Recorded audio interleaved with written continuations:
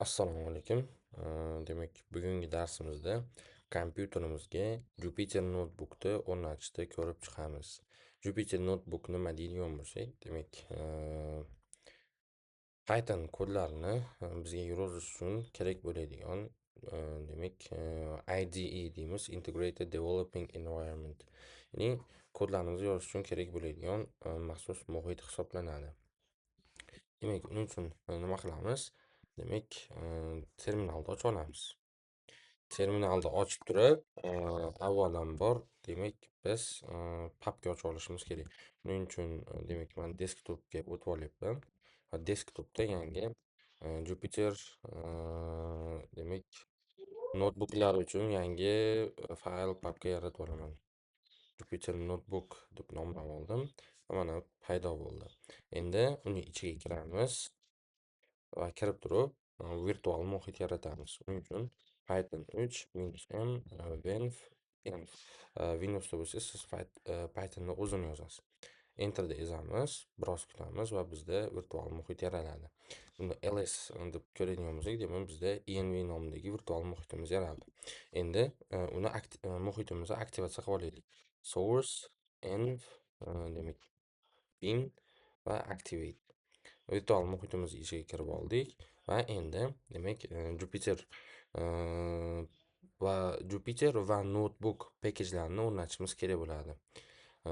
Ya'ni ishlatish uchun Jupyter Notebookda bizga 3 ta package kerak. Birinchisi Jupyter, ikkinchisi Notebook, uchinchisi ipykernel hisoblanadi.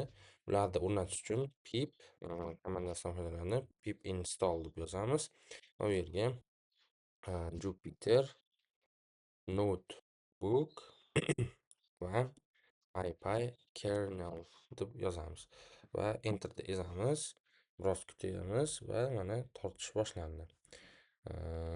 Bu biroz vaqt oladi.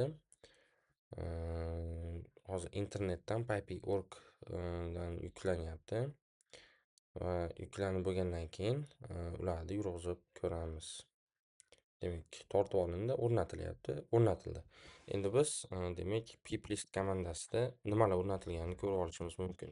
Piplist deb yozamiz va ko'ramiz. Demak, bizda mana shu demak Jupyter notebookimizni ishlashiga kerak bo'ladigan yo'ldosh paketlar ham o'rnatilgan.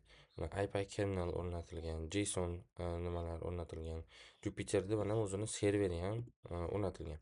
Demak, endi qaranglar, biz Jupyter notebooklarimizni ikki xil holatda ishlatishimiz mumkin. Demak, ikki xil emas, bir necha holda ishlatishimiz mumkin. Ulardan bittasi demak brauzer yordamida ishlatishimiz mumkin bo'ladi.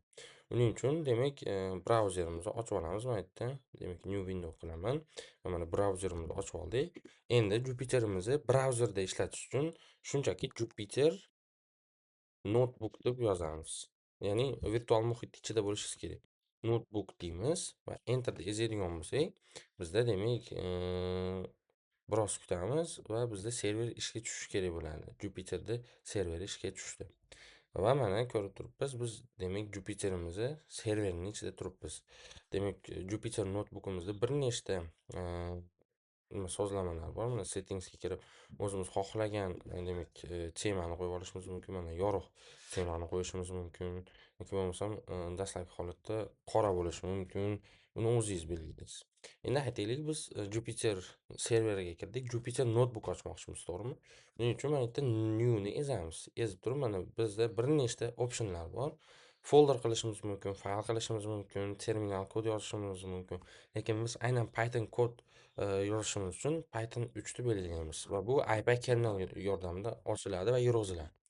Ezamiz va bizga yangi demak notebook yaratildi. Aytaylik, bunga nom berib qo'yamiz. Nom berish, ya'ni rename fayl bo'ladi. My first notebook deymiz. Notebook. Rename deydigan bo'lsak, mana bu yerda ham o'zgaradi. Demak, refresh berib yuboramiz va mana my first notebook.ipynb. Jupyter notebooklar asosan demak ipynb interaktiv Python notebook sifatida saqlanadi. Va buning ichiga demak kod yozishimiz mumkin. Misol uchun aytaylik, import datetime qilamiz. Datetime deymiz va enter desak, bizning kodimiz demak run bo'ldi. Va aytaylik, hozirgi vaqtni chiqaraylik. print date time nuqta date time nuqta now deb turib, yana shift enter deydigan bo'lsak, bizga mana hozirgi vaqtimizni chiqarib beryapti.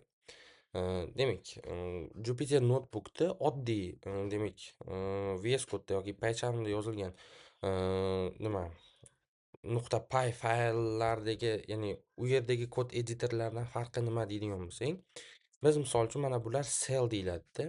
Mana shu celllarni yurg'izib turib, ya'ni bitta yurg'izib qo'yamiz. Undan kelgan natija saqlanib qoladi.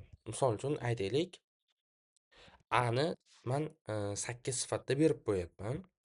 Enter ezyapman va mana bitta sellimni run qilib qo'ydim. Shift enter desam, bu run bo'ladi va pastga yana bitta cell ochib beradi. Ya'ni mana kod yoziladigan joylar bu yerda cell deb ataladi. Mana shu yangi cellni ochdi. Agar men buni o'chirib olib turib, faqatgina demak enter desam bo'lmaydi. Demak, men uni run deydigan bo'lsam, o'zi avtomatik shift enter yordamida run qilib beradi. Shift enter desangiz sizga qulay demoqchiman. Va mana A ni 8 ligini belgiladik. Va aytyapmiz, ikki xil cellda turibdi, to'g'rimi? Lekin biz A ni dastlabki qiymatini berib qo'ydik. Endi uni men misol uchun pastroqda ishlatmoqchiman. Mana misol uchun bir nechta kodlar yozib tashlayman va A ni qiymati menga mana bitta kerak bo'lib qoldi. Jupyter Notebookda asosiy afzalligi ham shu. Xohlagan joyda mana bu tepada yozgan kodlaringizni ishlataverasiz. A ni chiqarmoqchiman va print A deydigan bo'lsam, menga 8 chiqarib beryapti. Vaholanki kodim tepada turibdi. Yoki bo'lmasam A ni o'zini yozishim mumkin. O'zini yozadigan bo'lsam, o'zini chiqarib beradi. Mana A ni 8 ligini beryapti. Endi aytaylik, men A ni 7 qildim va uni bu yerda chiqarmoqchiman. Enterni ezadigan bo'lsak,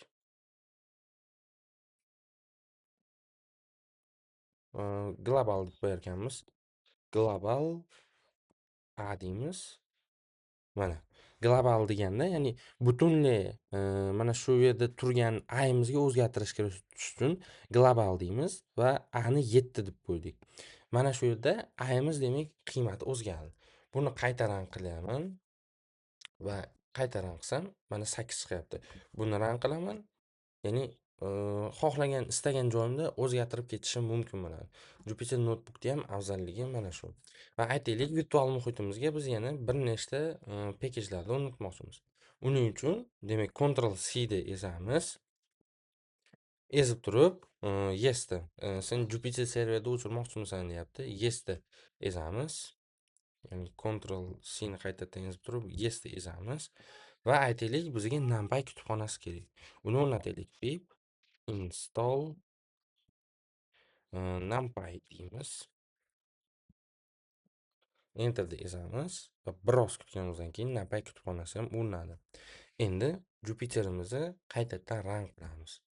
Run qilganimizda bizga yana yangi oyna ochiladi. Bu shart emas, chunki bu oynamiz bu yerda bor. Bitta refresh berib yuboramiz. Bu yerga ham bitta refresh berib yuboramiz. Reload qilamiz. Va mana kodimizni boshqatdan yozib chiqaylik.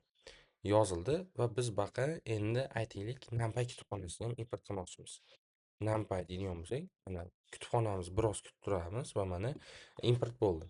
Endi NumPy kutubxonasini versiyasini tekshiraylik. Nuqta minus version deymiz. Va demak, mana yangi o'rnatilgan kutubxonamiz ham ishlayapti. Jupyter Notebookda asosiy afzalliklari mana shu edi. Demak, bu videoda Jupyter Notebookni qanday qilib kompyuterimizga o'rnatishni ko'rib chiqdik.